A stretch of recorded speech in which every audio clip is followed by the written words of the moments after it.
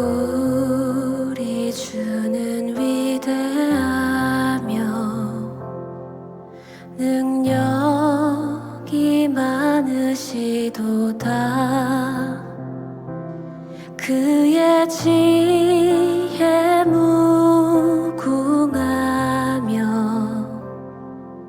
인자는 영원하도다. 상한 자들 고치시며 상처를 싸매시도다. 별들의 수를 세시며 이름을 붙이셨도다. 그가 구름으로 하늘을 덮으시며 땅을 위하여 비 준비하시니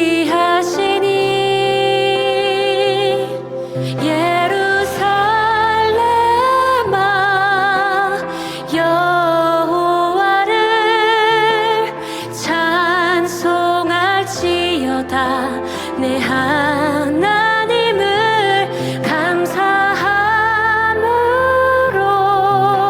그 앞에 나가며 주 임재 앞에 경배해.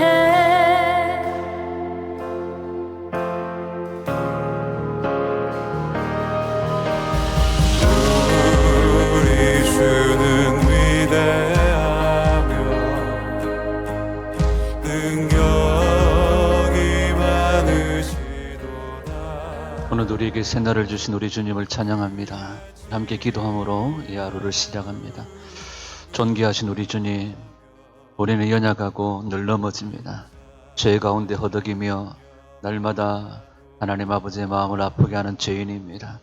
주여 우리를 긍휼히 여기시고 주의 은혜와 자비로 죄들을 덮어주사 새롭게 하여 주옵소서. 다시 살아나게 하여 주시옵소서.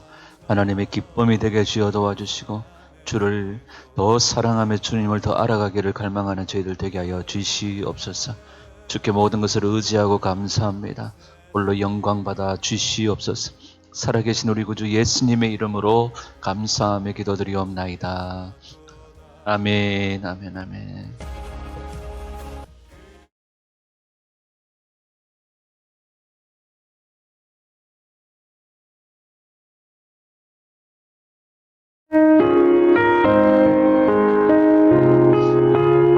찬송가 438장입니다.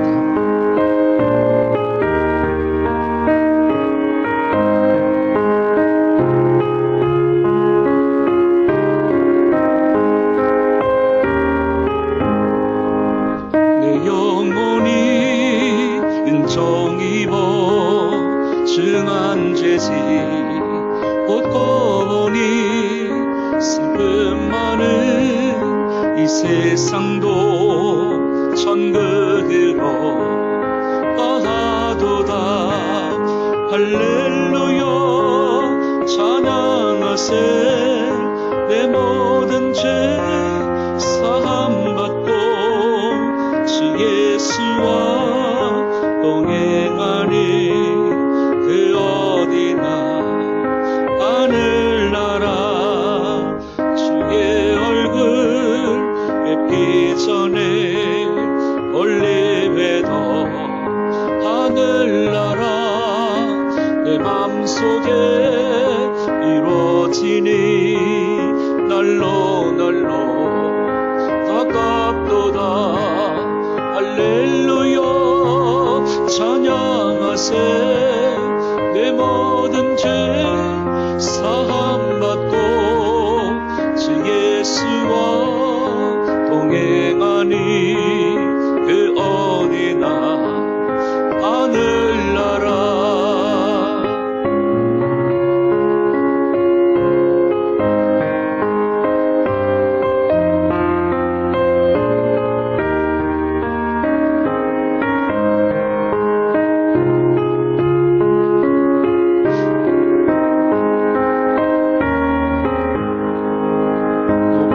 산이 거친들이 소막이나 궁궐이나 내 주 예수 모신 곳이 그 어디나 하늘나라 할렐루야 찬양하세 내 모든 죄 사함받고 주 예수와 동행하니 그 어디나 하늘나라.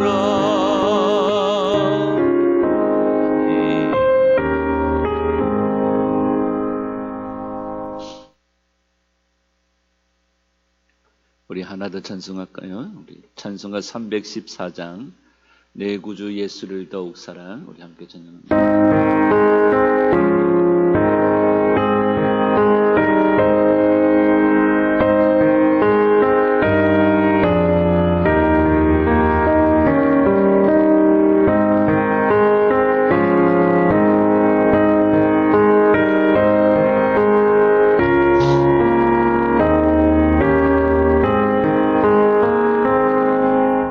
내 구주 예수를 더욱 사랑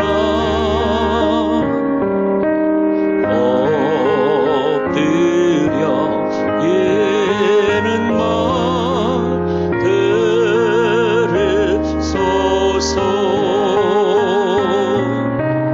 내 진정 소원이 내 구주 예수리 더욱 사랑 더욱 사랑. 이전에 세상 나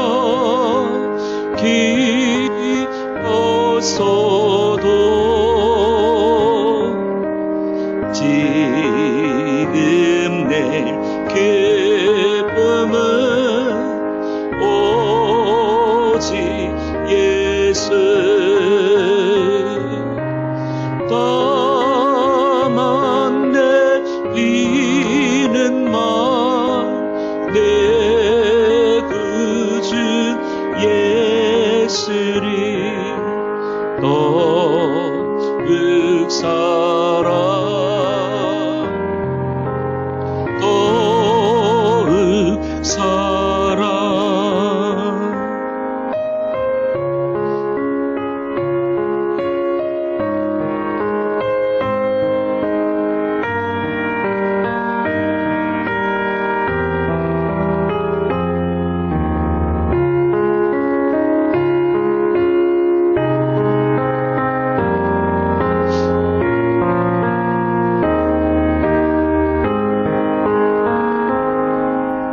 이 세상 떠날 때 찬양하고 숨질 때 하는 말 예고 실세. 다만 내리는 말 내 구주 예수리 더욱 사랑 더욱 사랑.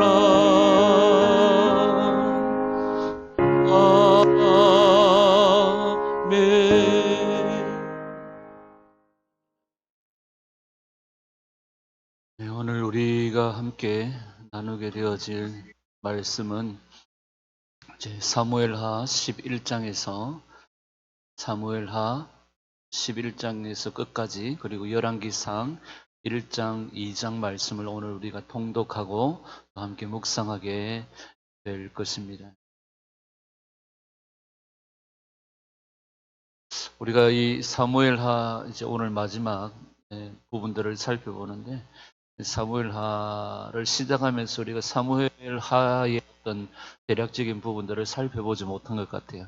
사무엘하를 마치면서 사무엘하가 어떻게 구성되어져 있는지를 잠깐 살피고 우리 함께 말씀을 또 나눌까 합니다. 사무엘하의 전반부는 다윗이 이제 왕권을 확립하고 헤브론에서 8년 정도, 7년 반, 8년 정도 있다가 이제 예루살렘에서 온 이스라엘의 왕으로 등극하는 다윗의 왕권이 확립되어지는 그런 장면들이 이제 사무엘하 1장에서 10장까지의 내용이라고 볼 수 있겠죠. 근데 사무엘하 11장에서 24장까지는 다윗의 범죄와 또 아들들의 다툼과 아들들의 그런 반란과 이런 어려움, 다윗의 왕권의 위기가 찾아옵니다. 다윗이 또 범죄하였지만 역시 말씀 앞에 돌아가서 하나님 앞에서 회개와 각성으로 회복하는 그런 장면들의 이야기가 사무엘하 11장에서 24장까지의 말씀들이죠. 우리가 사무엘하의 말씀들을 통해서 볼 때 우리가 다윗 왕을 통하여서 우리 마음의 성전 되시는 예수 그리스도를 발견할 수 있습니다. 헤브론에서 유다의 왕으로 다윗은 7년 6개월 정도 유다의 왕으로 헤브론에서 통치를 하죠. 그리고 온 이스라엘의 왕으로 33년 동안 예루살렘에서 온 이스라엘의 통치자로 왕권을 확립합니다. 하나님께서 다윗에게 왕권을 보장하셨죠. 그 첫 번째가 마음에 성전을 품은, 하나님의 성전을 짓고자 하는 그 마음, 하나님 마음에 합한 자, 이 하나님 마음과 합한 그런 다윗을 보시고 하나님께서 다윗의 왕권을 보장해 주십니다. 이것은 참 성전이신 예수 그리스도를 예표하는 그림이죠. 오늘 우리 마음 가운데 성전이 회복되어져야 됩니다. 단순히 교회를 잘 섬겨라. 당연히 잘 섬겨야죠. 당연히 교회를 잘 섬겨야죠. 그러나 본질적인 것은 그게 아니죠. 참 성전이신 예수 그리스도가 내 안에, 내가 정말 예수님이 거하실 수 있는 성전으로 지어지는 것이 중요한 겁니다. 다윗의 범죄로 인하여서 왕권의 위기가 오지만 그 일들로 인하여서 여러 가지 어려움들을 당합니다. 아들이 반란을 하고 또 아들끼리 서로 다투고 죽이고 또 배다른 오빠가 여동생을 강간하는 그런 사건들, 이런 사건들을 통하여서 역시 다윗은 하나님의 말씀만이 기준이고 말씀에 답이 있음을 알고 주님 앞에 회개와 각성으로 제사를 드리고 번제를 드리며 회개하고 통회하며 자복하고 다시 회복하는 다윗의 모습을 우리가 볼 수 있습니다. 1장에서 10장까지 다윗의 왕권의 확립이 나오는데, 헤브론에서 다윗은 7년 반 정도, 아브라함이 언약을 맺었던 장소, 갈렙이 침노하였던 약속의 땅에 갈렙이 사모했던 땅, 다윗이 왕이 된 땅, 이곳이 헤브론입니다. 헤브론을 영적으로 해석하면 하나님과의 친밀함이죠. 우리가 하나님과의 친밀함 속으로 들어가야 되는데, 아브라함의 언약을 연결짓는 정표가 헤브론이라고 말할 수 있습니다. 그리고 이제 온 이스라엘의 왕으로 예루살렘에서 왕이 되어지는데요. 예루살렘은 어떤 곳입니까? 이삭이 모리아산에서 번제로 하나님께 드려졌던 곳이죠. 유월절 제사를 지낸 곳이기도 합니다. 솔로몬이 성전이 이제 예루살렘에 세워지죠. 다윗의 왕권이 확립되어지면서 다시 우리 가운데 오실 메시아 왕국의 왕권으로 오실 예수 그리스도를 예표하는 것이 바로 예루살렘에서 다윗의 왕권이 확립되어지는 이 장면들을 통하여서 우리에게 미리 예표하고 보여주는 그림이다라고 말할 수 있습니다.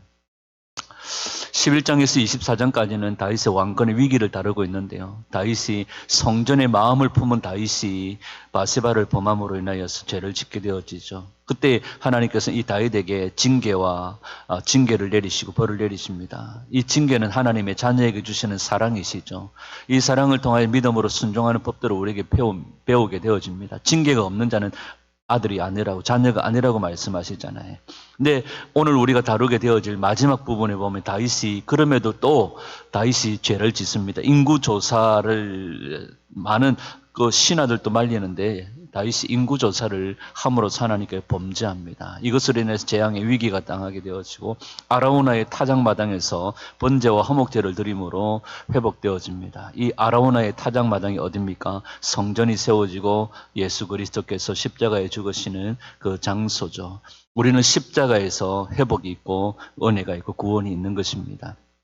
우리가 비록 범죄하였을지라도 주님의 십자가를 붙들 때에 주님께서 우리에게 회복을 주시고 은혜를 주시죠. 날마다 십자가를 붙잡고 은혜의 자리를 나아가는 그런 저희들이 되어져야 될 줄 믿습니다. 다윗은 이제 사무엘 하를 끝으로 주연의 자리에서 내려옵니다. 이후에 묵직한 조연으로 출연하다가 이제 무대에서 완전히 다윗은 퇴장하게 되어지죠. 하나님의 마음에 합한 자로 등장을 했던 다윗은 우여곡절 끝에 승전가를 부르며 마지막 말을 남깁니다. 여기에서 이야기가 아름답게 마무리되었다면 얼마나 좋을까요? 근데 다윗은 아름다운 마지막 말을 남기면서 거기서 끝났으면 참 좋았을 텐데 다윗은 요압조차도 주지 않은 인구조사를 강행합니다. 그 죄로 인하여서 7만 명의 백성들이 전염병으로 인하여 생명을 잃게 되어지죠. 오늘날도 7만 명이면 엄청난 숫자인데요.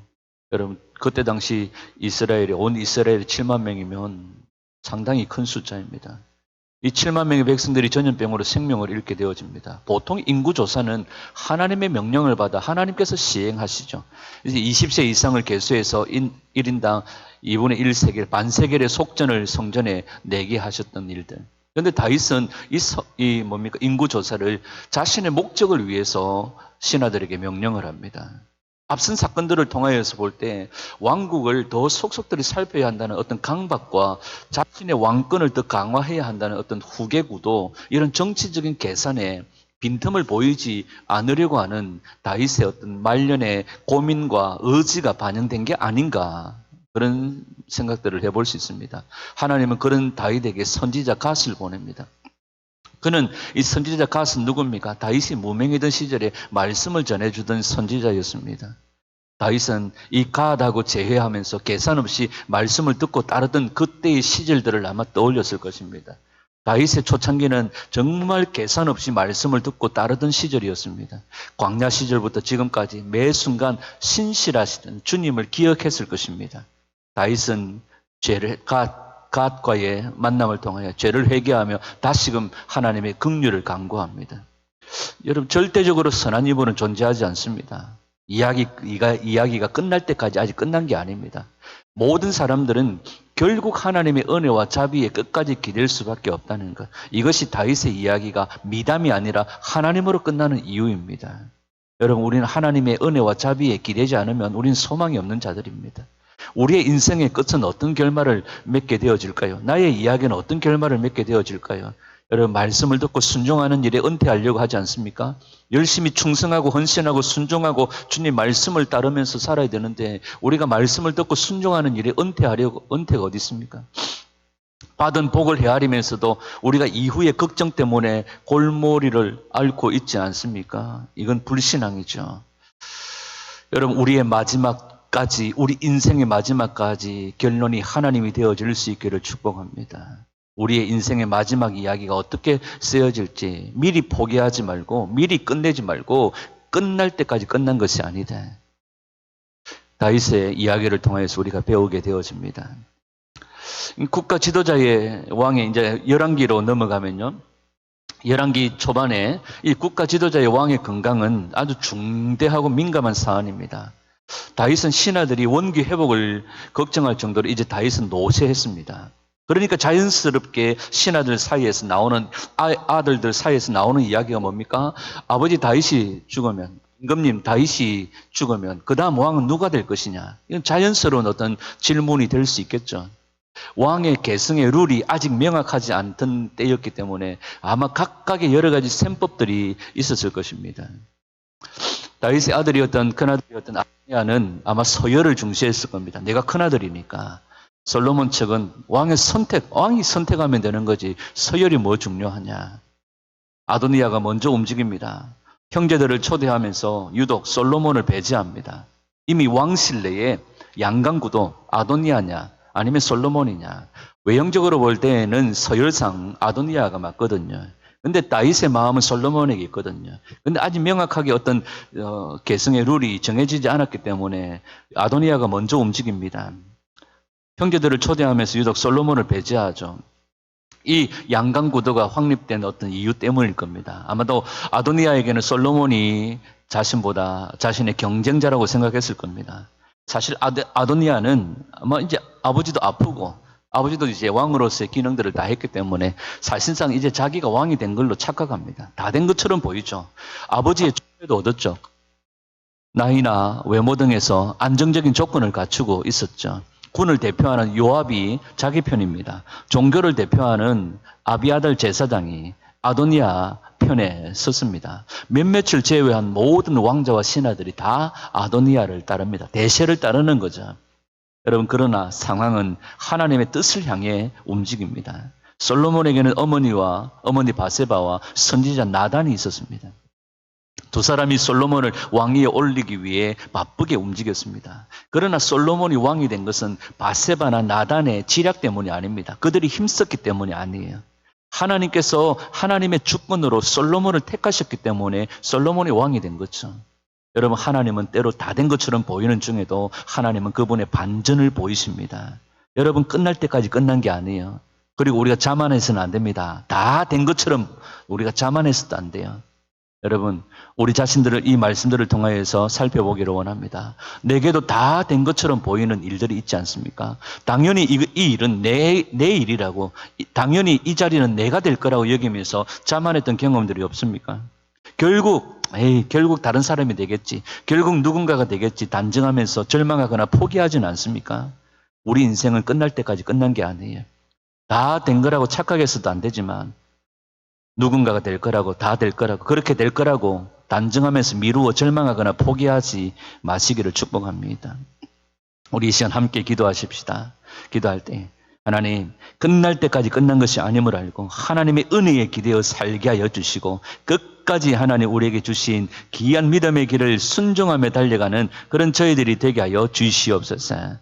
오늘도 하나님으로 시작하여 하나님과 함께하며 하나님으로 끝맺는 우리 인생이 되게 하여 주시옵소서. 우리 이 시간 함께 간절한 마음으로 기도할 때 끝까지, 끝날 때까지 끝난 것이 아님을 알고 하나님의 은혜에 기대어 믿음으로 순종하며 달려가는 그런 저희들이 되게 인도하여 주시옵소서. 우리 이 시간 함께 간절한 마음으로 함께 주신 말씀 붙잡고 기도하며 나아갑니다.